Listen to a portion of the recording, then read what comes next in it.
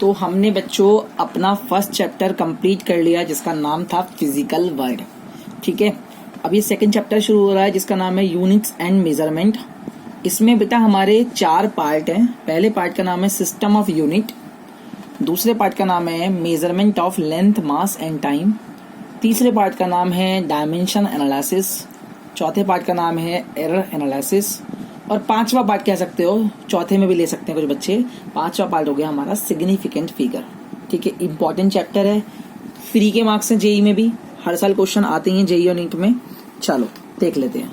तो पहला part start कर रहे हैं जिसका नाम है सिस्टम ऑफ यूनिट। इसमें पहली हेडिंग आती है मेजरमेंट एंड इट्स नीड। भाई जरूरत क्या पड़ रही है हमें मेजरमेंट की? देखो फिजिक्स के बारे में हम जानते हैं, फिजिक्स डील करती है नेचर और नेचुरल फिनोमिना के साथ में। तो इन फिनोमिनास को डिस्क्राइब करने के लिए हमें कुछ फिजिकल क्वांटिटीज के मेजरमेंट की जरूरत पड़ती है। ठीक है, जैसे अगर हम एक फ्रीली फॉलिंग बॉडी का केस लें कि एक बॉल को हमने ऊपर से नीचे गिरा दिया, मतलब वो अर्थ की तरफ नीचे गिर रही है, अर्थ की सरफेस की तरफ जा रही है, तो कुछ क्वेश्चंस दिमाग में आते हैं। What is the velocity of object? कितने टाइम में ऑब्जेक्ट अर्थ की सरफेस पर चला जाएगा? ऑब्जेक्ट का मास क्या होगा? कितनी हाइट से उसे गिराया गया है, वगैरह वगैरह। मतलब बहुत सारे इस तरह के क्वेश्चन दिमाग में आते हैं। इन क्वेश्चनों का आंसर अगर हमें फाइंड करना है तो हमें distance, mass, time, velocity etcetera quantity measure करनी पड़ेंगी। दैट मीन्स किसी फिनोमिना को डिस्क्राइब करने के लिए जिन पैरामीटर्स की जरूरत पड़ती है उन्हें बोलते हैं फिजिकल क्वांटिटीज। तो अगली हेडिंग है मेरी physical quantity. A quantity that can be measured, एक ऐसी क्वांटिटी जो मेजर की जा सके, and in terms of which laws of physics are described, और जिनकी हेल्प से, जिन पैरामीटर की हेल्प से हम फिजिक्स के लॉज को एक्सप्लेन कर सकते हैं, उन्हें बोलते हैं फिजिकल क्वांटिटीज। क्या बोलते हैं? Physical quantities. एग्जांपल जैसे length, mass, time, force etcetera. अब बेटा फिजिकल क्वांटिटी 2 तरह की होती हैं, एक होती है फंडामेंटल क्वांटिटीज और एक होती है डिराइव्ड क्वांटिटीज।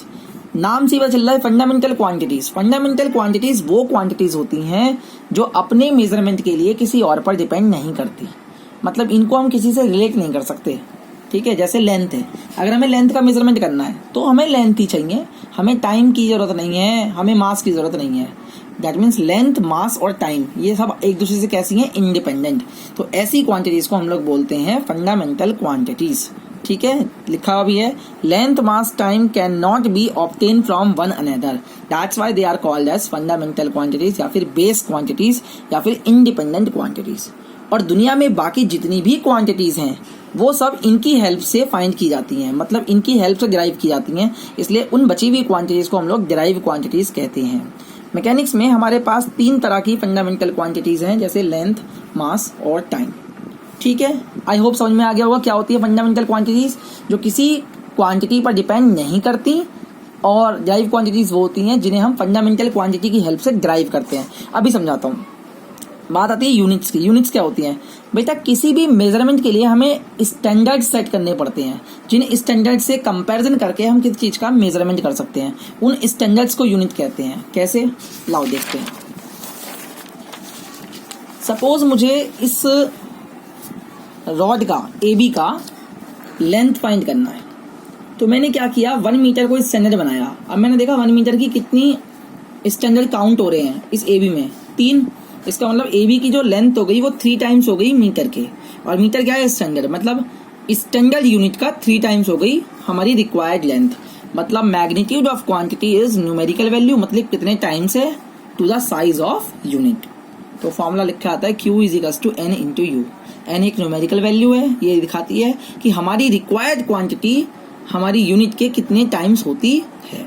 अच्छा, अगर हम सिस्टम ऑफ यूनिट चेंज कर दें, मतलब magnitude of quantity remain same what ever may be the units of measurement, मतलब N1 U1 is equals to N2 U2। बिल्कुल समझ में नहीं आने का, इससे समझ में आएगा। देखो तुमने देखा होगा लिखा हुआ 3 metre is equals to 300 centimetre, सही है। ये हो गया फर्स्ट सिस्टम में मैग्नीट्यूड, ये हो गया फर्स्ट सिस्टम में यूनिट, ये हो गया सेकंड सिस्टम में मैग्नीट्यूड, ये हो गया सेकंड सिस्टम में यूनिट। देखो 3 बड़ा या 300 बड़ा? 300 बड़ा है, मतलब सेकंड सिस्टम में न्यूमेरिकल वैल्यू बड़ी है, लेकिन फर्स्ट सिस्टम में मीटर जो है वो सेंटीमीटर से बड़ा है, फर्स्ट सिस्टम की यूनिट बड़ी है। इसका मतलब अगर N1 से बड़ा होगा N2 तो U1 बड़ी होगी U2 से, मतलब N और U एक दूसरे के इनवर्सली प्रोपोर्शनल हैं। जिस सिस्टम में हमारी न्यूमेरिकल वैल्यू बड़ी होती है उस सिस्टम की यूनिट छोटी होती है, जिस सिस्टम की न्यूमेरिकल वैल्यू छोटी होती है उस सिस्टम की यूनिट बड़ी होती है। यूनिट समझ में आ गई? यूनिट दो तरह की होती है बेटा, एक होती है फंडामेंटल यूनिट और एक होती है ड्राइव यूनिट। जो फंडामेंटल क्वांटिटी की यूनिट्स होती हैं जैसे लेंथ, मास और टाइम की, क्या होगी? मीटर, केजी और सेकेंड, वो तो बनेगी हमारी फंडामेंटल यूनिट्स। और जो ड्राइव होंगी, ड्राइव क्वांटिटी की यूनिट्स होंगी, उन्हें बोलेंगे ड्राइव यूनिट्स। अब इन चारों टर्म्स को बहुत अच्छे से क्लियर करते हैं, क्या होती है फंडामेंटल क्वांटिटी, क्या होती है फंडामेंटल यूनिट, क्या होती है ड्राइव क्वांटिटी और क्या होती है ड्राइव यूनिट। जैसे लेंथ, मास और टाइम है मेरी फंडामेंटल क्वांटिटी, मीटर, केजी और सेकंड है मेरी फंडामेंटल यूनिट्स। अब देखो जैसे स्पीड की बात करो, स्पीड का फॉर्मूला होता है डिस्टेंस अपॉन टाइम। डिस्टेंस को लेंथ भी लिख सकते हैं, लेंथ अपॉन टाइम, ठीक है। इसका मतलब स्पीड एक ड्राइव क्वांटिटी है जो किस किस फंडामेंटल क्वांटिटी ड्राइव हुई है? लेंथ और टाइम से। तो स्पीड एक ड्राइव क्वांटिटी है जो ड्राइव हुई है लेंथ और टाइम से। अगर मैं इस पूरे की यूनिट लिखूं तो यूनिट आएगी मीटर पर सेकंड। तो मीटर पर सेकंड एक कंबाइंड ड्राइव यूनिट है जो ड्राइव हुई है किससे? मीटर और सेकंड से। तो मीटर और सेकंड है मेरी, ध्यान से समझो, मीटर और सेकंड है मेरी फंडामेंटल यूनिट्स, मीटर पर सेकंड है मेरी ड्राइव यूनिट, लेंथ और टाइम है मेरी फंडामेंटल क्वांटिटी और स्पीड है मेरी डिराइव क्वांटिटी। एक और एग्जांपल बना लेते हैं, क्लियर हो जाएगा। फोर्स का फॉर्मूला होता है mass acceleration, mass into acceleration. Acceleration को लिखते हैं वेलोसिटी अपॉन टाइम और वेलोसिटी को लिखते हैं लेंथ अपॉन टाइम। तो एक टाइम पहले से तो नीचे टाइम का स्क्वायर हो जाएगा। तो फोर्स का फॉर्मूला क्या लिखेंगे? Mass into length upon time का स्क्वायर। मतलब फोर्स जो है वो किस किस फंडामेंटल क्वांटिटी से ड्राइव हुआ है, किस किस फंडामेंटल क्वांटिटी पर डिपेंड करता है? मास पे, लेंथ पे और टाइम पर। तो ये तो होगी फंडामेंटल क्वांटिटी और फोर्स हो गई ड्राइव क्वांटिटी। अब इससे अगर मैं यूनिट लिखूं तो यूनिट लिखी जाएगी केजी मीटर पर सेकंड स्क्वायर। तो केजी मीटर पर सेकंड स्क्वायर कंबाइंडली क्या है? एक ड्राइव यूनिट जो किस किस फंडामेंटल यूनिट से ड्राइव हुई है? केजी, मीटर और सेकंड। अब क्लियर हो गया होगा क्या होती है फंडामेंटल क्वांटिटीज, क्या होते हैं ड्राइव क्वांटिटीज। इसके बाद मैंने प्रॉपर्टीज ऑफ स्टैंडर्ड यूनिट्स लिख रखी है, तुम खुद से पढ़ सकते हो, इसमें कोई प्रॉब्लम नहीं है, कुछ समझने का नहीं है। फिर आती है मेरी system of units. System of units में तीन सिस्टम बहुत पॉपुलर हैं, एफपीएस सिस्टम, सीजीएस सिस्टम और एमकेएस सिस्टम। बेटा एफपीएस सिस्टम वो सिस्टम होता है जिसमें लेंथ को फुट में, मास को पाउंड में और टाइम को सेकंड में मेजर करते हैं। सीजीएस सिस्टम वो सिस्टम होता है जिसमें लेंथ को सेंटीमीटर में, मास को ग्राम में और टाइम को सेकंड में मेजर करते हैं। एमकेएस सिस्टम जो सबसे इंपॉर्टेंट है, इसमें हम ये फंडामेंटल क्वांटिटी ऑफ लेंथ लेते हैं, फंडामेंटल यूनिट ऑफ लेंथ लेते हैं metre, fundamental unit of mass लेते हैं केजी और फंडामेंटल यूनिट ऑफ टाइम लेते हैं सेकंड। लेकिन जो हमारा सीजीएस सिस्टम है उसका ड्रॉबैक ये है कि उसमें यूनिट का साइज बहुत छोटा होता है और एमकेएस सिस्टम में यूनिट का साइज सुटेबल होता है, अच्छा होता है। ठीक है, इसके बाद हम लोग डिस्कस करते हैं, अच्छा एमकेएस सिस्टम को एक्सटेंड भी किया गया है। अगर एमकेएस सिस्टम में हम करंट को एज अ फंडामेंटल क्वांटिटी ले लें तो करंट का एम्पियर भी यहाँ लग जाता है, तो ये सिस्टम बन जाता है एमकेएसए सिस्टम। अगर हम चार्ज को फंडामेंटल क्वांटिटी ले लें तो यहाँ पे क्यू लग जाता है, तो ये बन जाता है एमकेएसक्यू सिस्टम। बहुत कम यूज में आता है।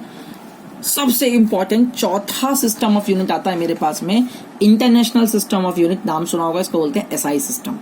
इसे इंटरनेशनली एक्सेप्ट किया गया है। ये कहता है, जैसे एमकेएस सिस्टम ने कहा कि तीन तरह की फंडामेंटल क्वांटिटी होती है, लेंथ, मास और टाइम। एसआई सिस्टम ने उसे एक्सपेंड किया। एसआई सिस्टम कहता है 7 फंडामेंटल क्वांटिटी हैं दुनिया में। कौन कौन सी? Length, mass, time, temperature, electric current, luminous intensity और क्वांटिटी ऑफ मैटर, जिसकी यूनिट है kilogram, metre, second, kelvin, ampere, candela और मोल, और ये इनके सिंबल्स हैं। इसके अलावा 2 सप्लीमेंट्री क्वांटिटी भी बताई एसआई सिस्टम ने, एक है प्लेन एंगल और एक है सॉलिड एंगल। प्लेन एंगल की यूनिट होती है रेडियन और सॉलिड एंगल की यूनिट होती है स्टेरेडियन। देख सकते हो, इनकी डेफिनेशंस तुम मीटर और किलोग्राम की पढ़ लेना, रिलीवेंस नहीं है, बस मैंने लिख दी है नोट्स में। जो इंपॉर्टेंट डेफिनेशंस हैं, जो बहुत इंपॉर्टेंट डेफिनेशंस हैं, वो है मेरी रेडियन की और स्टेरेडियन की। रेडियन का मतलब क्या होता है कि एक पर्टिकुलर आर्क, ये आर्क है, इसकी लेंथ कितनी है ds और इसकी रेडियस कितनी है r। एक पर्टिकुलर आर्क किसी सर्कल के सेंटर पे जितना एंगल बनाता है उस एंगल को बोलते हैं रेडियन। कैसे?